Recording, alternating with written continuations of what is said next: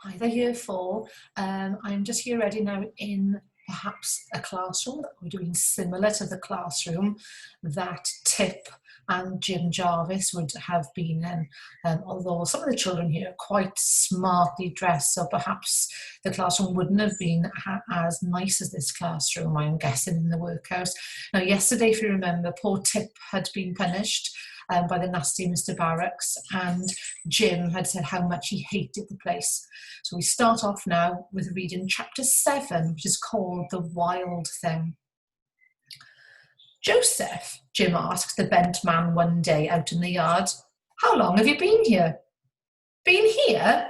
Joseph swung his head around and peered up at Jim. Seems like I was born here. Don't know nowhere else, son, and I don't know all of this place neither. He leaned against Jim so he could swing his head up to look at the long, high building with its rows of barred windows. I've not been in the room where the women go, though long ago I must have been in the baby room, I suppose, with my ma. I've been in the infirmary wards. There's all kinds of little twisty corridors and attics and places I've never been in, Jim, and I don't want to neither. It's the whole world, this place. He spread out his hands. The whole world.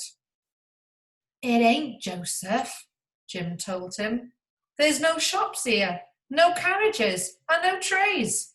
He closed his eyes, forcing himself to try and remember what it was like outside. And there's no river. There's a great big river outside here. Is there now? Said Joseph. I should like to see that river. Though, to tell you the truth, Jim, I don't know what a river is.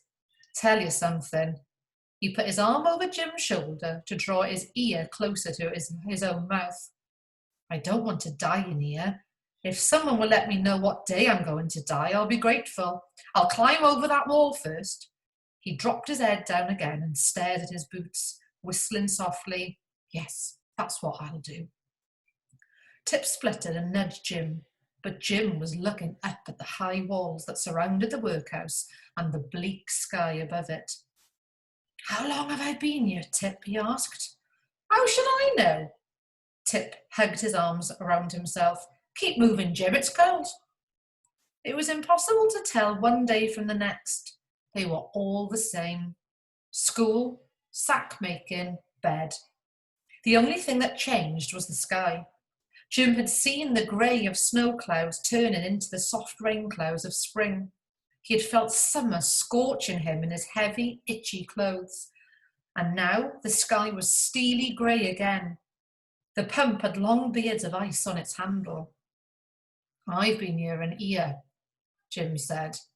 It was then that the little secret promise that had nestled inside him began to flutter into life like a wild thing.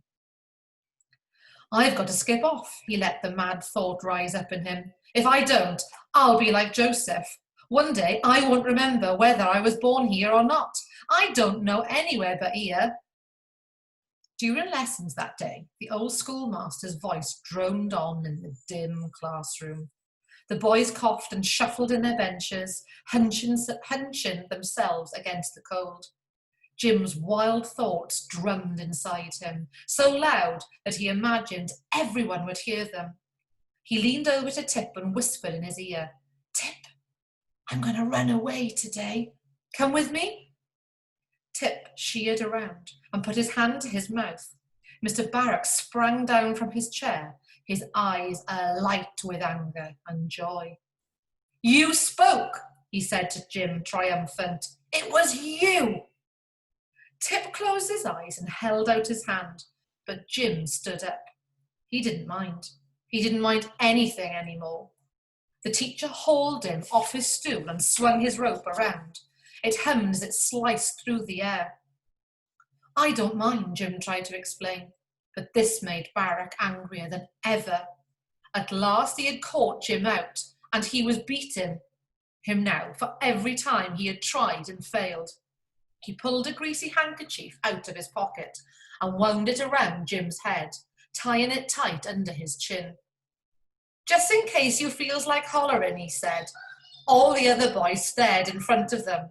The rope stung Jim again and again, and the beating inside him was like a wild bird now, throbbing in his limbs and in his stomach, in his chest and in his head, so wild and loud that he felt it would lift him up and carry him away. When the schoolmaster had finished with him, he flung him like a bundle of rags across the desk. Jim lay in a shimmer of pain and thrumming wings. He wanted to sleep. The bell rang and the boy shuffled out. Jim felt Tip's hand on his shoulder. He flinched away. That's what they do to the boys who skip off, Jim, Tip whispered. They thrash them like that until one day they'll be good. Jim felt the wall thing fluttering again. Only if they catch them. They always catch them. Bobbies catch them and bring them in, and they get thrashed. A bobby is an old-fashioned word for describing the police, or a policeman. Jim struggled to sit up. The stinging rolled down his body. Won't you come with me? I daren't. Honest, I daren't. Don't go, Jim. Jim looked up at the great archways of the schoolroom. He knew the words off by heart. God is good. God is holy. God is just. God is love. I've got to, he said, and I'm going tonight, Tip. Okay, that's the end of chapter 7. So we know now that Jim is going to actually try to escape tonight. But of course, what will happen to him, we just don't know. Now, your task today is to write a letter to Jim to persuade him either to stay in the workhouse because you feel that that is the best and the safest place for him to be, or for him to actually run for his freedom and to leave the workhouse. So attached to this assignment is a Google Docs document. There are lots and lots of ideas on there for the advantages and the disadvantages for leaving or staying in the workhouse. So there's also a Waggle, so you can have a look at the type of thing we are looking for you to write. So once you're finished, as always, can you turn in your work, and Miss Price and I will look forward to receiving it. Hwyl fawr, boedd yn pedwar.